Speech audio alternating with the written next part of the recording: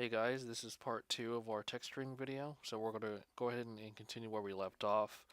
Now, we've already created our object with the background image, and all we have to do now is just create the hilt. And unfortunately, you would have to do this side by side, so we'd have to create an object for this side of the hilt and the other side as well manually. And for this particular part, I like to turn off limited selection, so that way you don't select everything underneath the object. And I like to go to Faces View. So let's go ahead and do that if you haven't. And then select the two of the side faces that are at the very corner. And then let's see if we can return to our original view and extrude out a bit. And let's scale inward. And you might have to adjust this a bit by using the guide arrows just so you could get a good angle on the sword.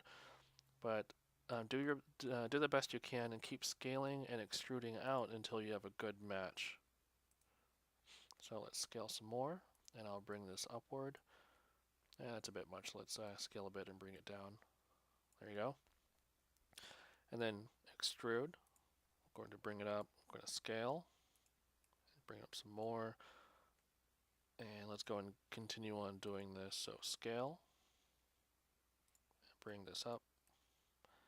And you know what? I want to merge this. So let's go ahead and click W, merge, at center. And in fact, you could even move this. Actually, I'm going to move that section up a bit. So box select, and then move that point. There you go. So that looks good for that side. We'll take care of this in a minute. Let's do the other side. So let's select those two faces. Again, make sure you're in Faces View, and then select the two side faces. Okay. And then get back into our the original view. Let's go ahead and scale, or actually extrude a bit first, then scale. Come on. Scale. There you go. Nope. Bring it down. And let's do some extruding. Bring it up. Scale a bit. Oh, that was actually really good. And then let's go ahead and scale, extrude some more. And you know what? I'll just merge this at center.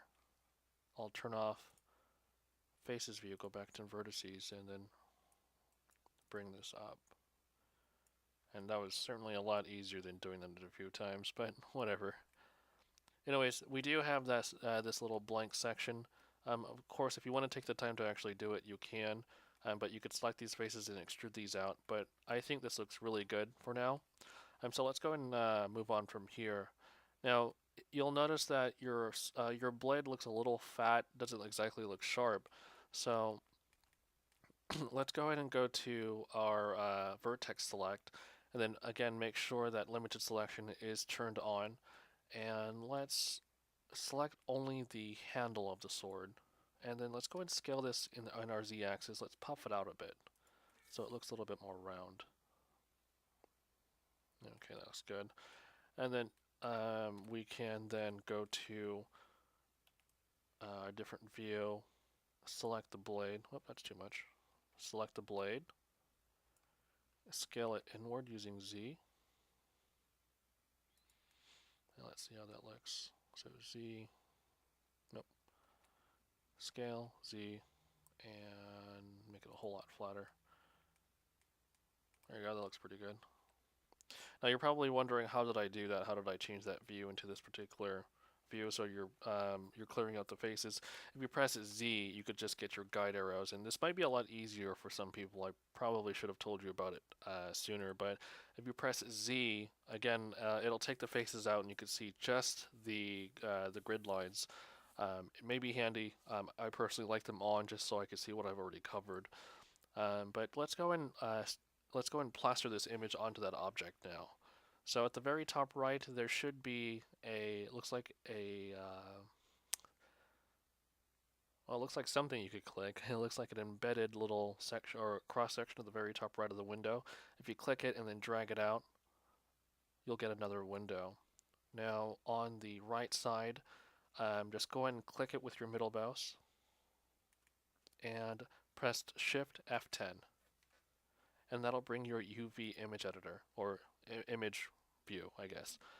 And before you do anything else, go back to the left side, go ahead and middle mouse anywhere just so you give it focus, and select everything by pressing A and A. And on the right side, go back to Image, Open Image, and then find our weapon again. Now, don't worry about how this looks right here, but if you then get your image as close as possible to its original location, and thankfully because it's already faced up, we just have to press 7 over here. If you now press U on the left window, then click Project from View, then open parenthesis bounds, you'll get a rough, sort of like a outline of the actual image from the left side, and you could then mold this side to the actual image itself. So essentially you're texturing it completely by laying it on top of the image. So on the right side, give it focus by pressing middle mouse, and then let's box select the entire, God, what is that called? Well, box select the vertices. And then scale it down a bit. Let's scale it in the y-axis or the x-axis by pressing S, then X. And then press G to actually grab it. And let's move it in place. Then let's scale it just a little bit more, so SX. And then SY just to make it a little bit more smaller. Let's grab it again, move it down. You know, I think that's a bit too much. So scale on the y-axis, bring it up. Let's grab it again. And again, you want to try to get as close as you can. So you have to keep scaling on the X and Y axis until it's pretty much perfect. And because we already used the background image sort of as a guide, it really should be perfect unless you're terrible at this. So let's click grab, let's move it to the side, and you know what, that's pretty bad. Scale Y. Bring it up. Man, I'm just not getting a good match for this. Yeah, that's there you go. That's good enough. Okay, so now on the left side, if you turn your viewport setting to texture, you should now be able to see your texture applied to the image. And you can now see it's a very 3D looking sword now, and with the texture that you just grabbed from well, wherever you grabbed it.